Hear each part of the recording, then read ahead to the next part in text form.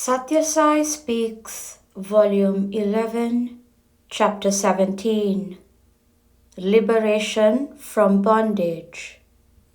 Many a sadhaka, spiritual aspirant, has gone through long and arduous disciplines in order to win his dearest ambition of entering the kingdom where there is no bondage. He has recited the name or meditated on the form or denied the senses. There are others who have ventured with reason as their sole guide into the realms of the inner consciousness and discovered that liberation consists in realizing the reality that is behind all the transient and manifold phenomena.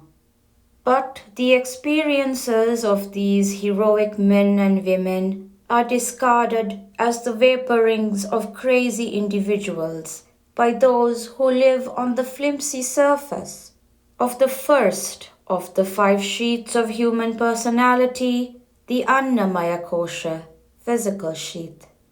They identify the body as themselves and do not delve behind the falsehood into the realm of truth.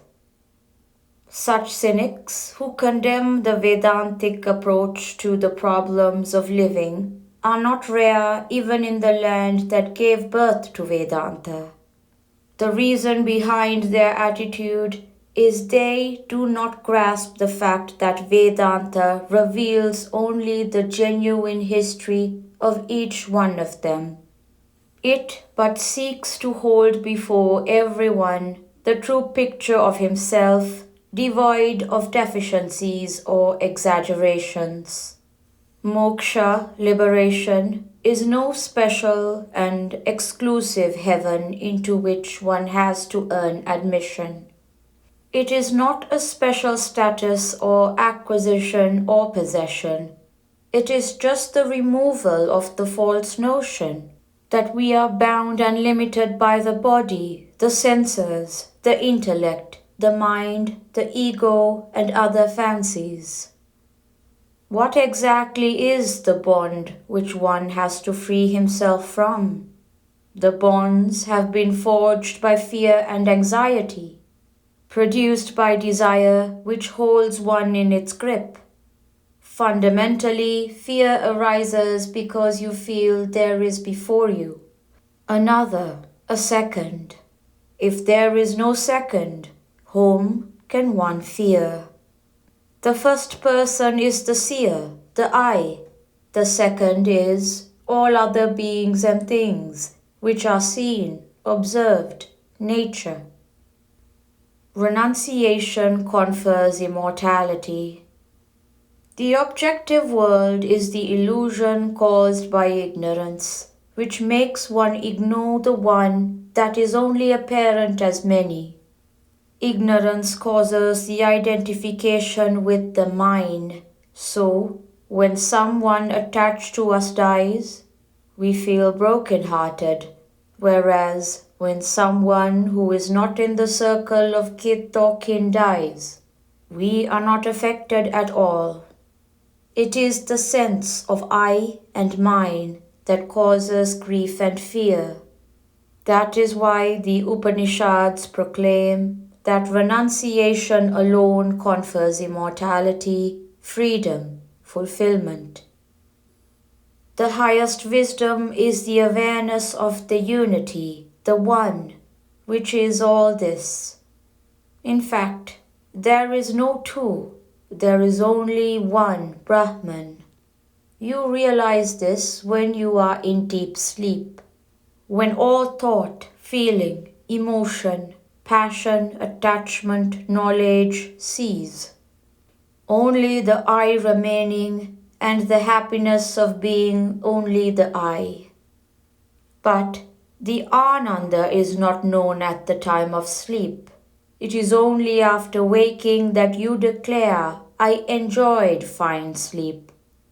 If only you were aware of the Ananda, sleep will be Samadhi, for it is Ananda unalloyed. So also in the waking stage you have knowledge but no ananda. If you can experience the knowledge of the waking stage and the ananda of the sleeping stage, both at the same time and to the full, that is moksha. That is true liberation. Then you have consciousness, knowledge, and bliss unalloyed. You are Sat Chit Ananda itself, pure and simple. The fruit of the tree of love is jnana. You must watch for the moment when the wakeful stage passes into the sleeping stage and concentrate on that moment, purifying it of all the agitations and thought which mar the wisdom and the ananda. Of course, it is difficult in the beginning when you are at the wheel of your car driving along.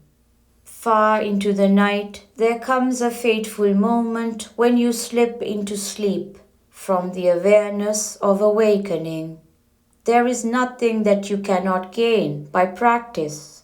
You have learnt the highly complicated and strange skills of walking erect, of writing scripts and reading them and interpreting them, all by practice, haven't you?